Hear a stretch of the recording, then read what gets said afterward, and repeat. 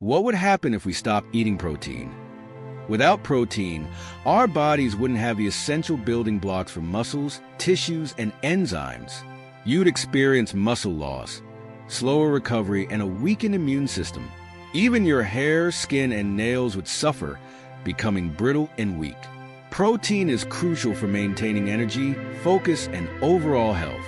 So, the next time you think of skipping it, remember, your body needs it to thrive.